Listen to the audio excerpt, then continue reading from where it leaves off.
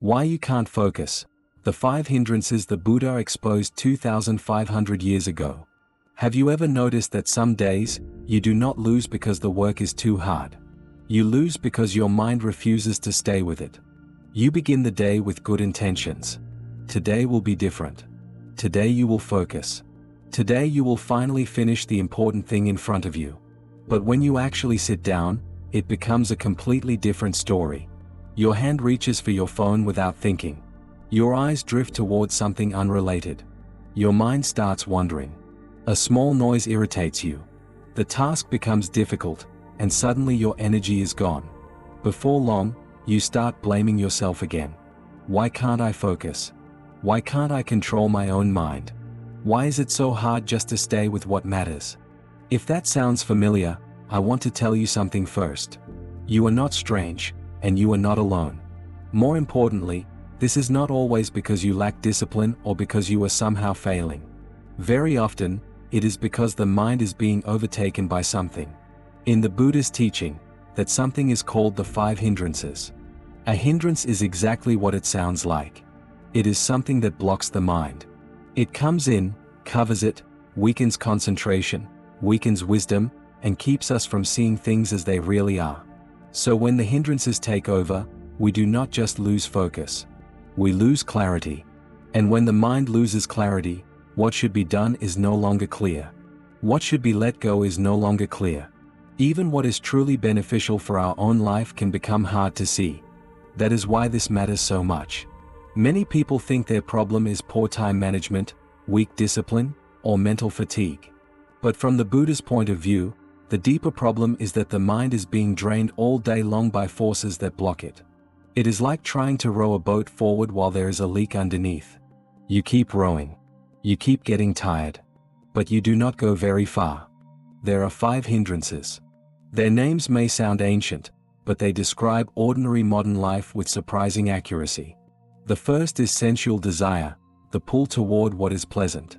The second is ill will, irritation, resentment, or anger. The third is sloth and torpor, heaviness, dullness, sleepiness, mental collapse. The fourth is restlessness and worry, mental agitation, scatteredness, inner noise. And the fifth is doubt, uncertainty, hesitation, the inability to stand firmly and move forward. If you look closely, that is just a normal day for many people now. Desire, irritation, dullness, restlessness, doubt. That is the loop. And that simple loop is enough to drain an entire day, even when nothing truly meaningful gets done. The Buddha compared a mind overcome by hindrances to water in different disturbed conditions. Water that is muddy. Water that is boiling. Water covered with algae. Water whipped by the wind. Water dark and clouded. If you try to look at your reflection in that water, you cannot see clearly. In the same way, when the mind is covered by hindrances, you cannot clearly see what is good for yourself, what is good for others, or what is good for both. It is not that the world suddenly changed. It is that the mind looking at the world has become disturbed. Let's begin with the first hindrance, sensual desire. A lot of people hear that phrase and think only about sexual desire. But it is much broader than that. It means the mind flowing toward anything pleasant. Sights, sounds, smells, tastes, touches. Entertainment, comfort, stimulation, little pleasures that pull us away from what matters. You are working, but part of your mind is already reaching for a video you have not watched yet. Or food. Or a message that might have come in. Or that urge to check something quickly, just for a second. The problem is not that these things exist. The problem is that the mind starts flowing toward them. And the moment it flows toward them, it abandons what is right in front of it. It abandons steadiness. It abandons collectedness. Pleasant things give a very fast reward. They give pleasure quickly. Excitement quickly. Relief quickly. But whatever gives quick pleasure often carries your mind away just as quickly. Something that gives 30 seconds of pleasure can shatter 3 hours of concentration. So we are not only losing time. We are losing the strength of the mind itself. The Buddha did not teach us to hate the world. He did not teach us to fear pleasant things. He taught us to see them clearly. The moment the mind is pulled along by craving, it is no longer free. So when desire appears, there is no need to scold yourself. You do not have to say, "Why am I still like this?" You only need to notice honestly that the mind is flowing. Then ask quietly, is this leading the mind towards steadiness, or leading it away? Just seeing that already weakens the power of sensual desire. The second hindrance is ill will, irritation, aversion, resentment, anger. This does not always arrive as explosive rage. Very often it comes in small forms, almost invisible at first, but still powerful enough to ruin concentration. You get irritated by a notification sound, annoyed by someone speaking loudly, disturbed by a comment online, unhappy with a person close to you, or even more painfully, unhappy with yourself. Some people look calm on the outside. They are not arguing with anyone out loud. But inside, they are fighting the same person over and over again all day long. The conversation ended hours ago, but the inner argument is still going. That is a mind under the spell of ill will. And when the mind is hot, it cannot be peaceful. When it is not peaceful, it cannot become steady. And when it is not steady, wisdom cannot work clearly. Have you noticed that when you are angry or irritated, even a little, small things become big? Ordinary words feel personal. Neutral situations start to feel like attacks. Not because the world changed, but because the mind became clouded. And this is worth seeing clearly. Sometimes the person hurting us most in a given day is not someone outside. It is our own repeated thinking. Ill will feeds on repetition. The more you replay the story, the stronger it becomes. It is like throwing wood into a fire and then wondering why it is still burning. So the way out is not merely suppressing it. Not pretending you are not upset. It is first to know honestly that right now the mind is disturbed. Right now it is heating up. And then stop adding fuel. In Buddhist practice, the antidote to ill will is loving kindness. Not sweetness. Not pretending everything is fine. But refusing to let hatred sit on the throne in the center of your heart. Sometimes loving kindness begins with a very simple phrase. May I stop burning myself with this? They are living according to their causes and conditions. Let me take care of my own mind. Or in plainer language, do not let someone else rent space in your head for free all day. That alone helps a lot. The third hindrance is sloth and torpor. Heaviness, dullness, sleepiness, collapse. A lot of people know this one well, especially when it is time to begin something important. The work has not even started, but the energy is already gone. The mind feels heavy. The body feels slow. You do not want to think. You do not want to begin. You do not want to face anything difficult. Sometimes we call this burnout. Sometimes low motivation. Sometimes laziness. But in the Dharma, it points to something deeper. It is the mind sinking. And sometimes we are not tired only because the body needs rest. Sometimes the mind does not want to meet what is in front of it. The work may be too difficult, too painful, too exposing. It may force us to face a truth we do not want to face. So the mind starts shutting down. Heavy, thick, slow. Like a blanket has been thrown over it. The problem is that once we fall into this state, we often start attacking ourselves. I have no discipline. I am useless. I always do this. But self-hatred does not always awaken wholesome energy. Sometimes it pushes the mind even deeper into the mud. What matters is seeing clearly that right now, the mind is sinking. It is not simply resting. And once you see that it is sinking, the task is to lift it properly. In Buddhist language, the opposite of this state is energy, wise effort, the courage to move the mind out of dullness. Sometimes you do not need a giant inspirational speech. Sometimes you just need to stand up. Wash your face. Take a walk. Open the curtains. Breathe more fully. Break the task into a smaller piece so the mind stops resisting it. Never underestimate small beginnings. Very often what revives the mind is not waiting for motivation. It is refusing to let the mind continue sinking. The fourth hindrance is restlessness and worry. Scatteredness. Agitation. Inner turbulence. It jumps to the past, then to the future, then to something that has not happened yet, then back to something that ended a long time ago.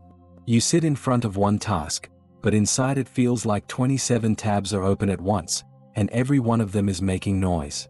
This hindrance is especially strong in modern life because the world is designed to keep the mind jumping.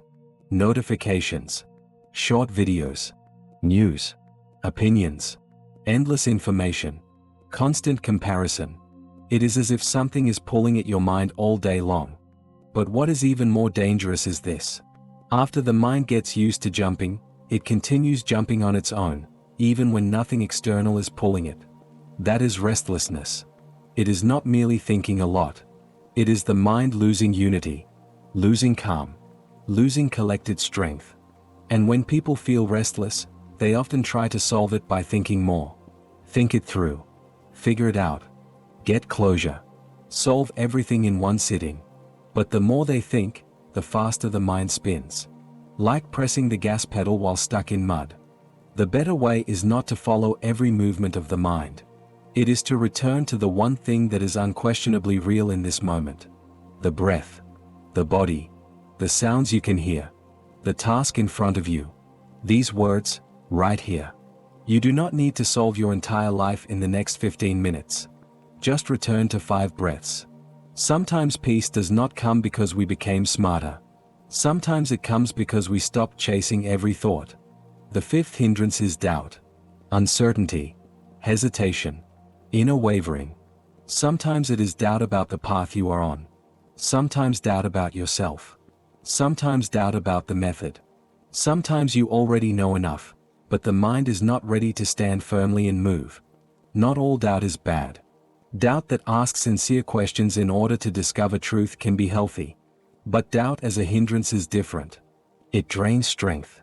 It prevents the mind from standing upright. It keeps you from committing, from practicing, from moving ahead. It is like standing at a crossroads and walking in circles right there. Not actually going anywhere. In that condition, the mind is not peaceful. It is not steady. It is not becoming clearer.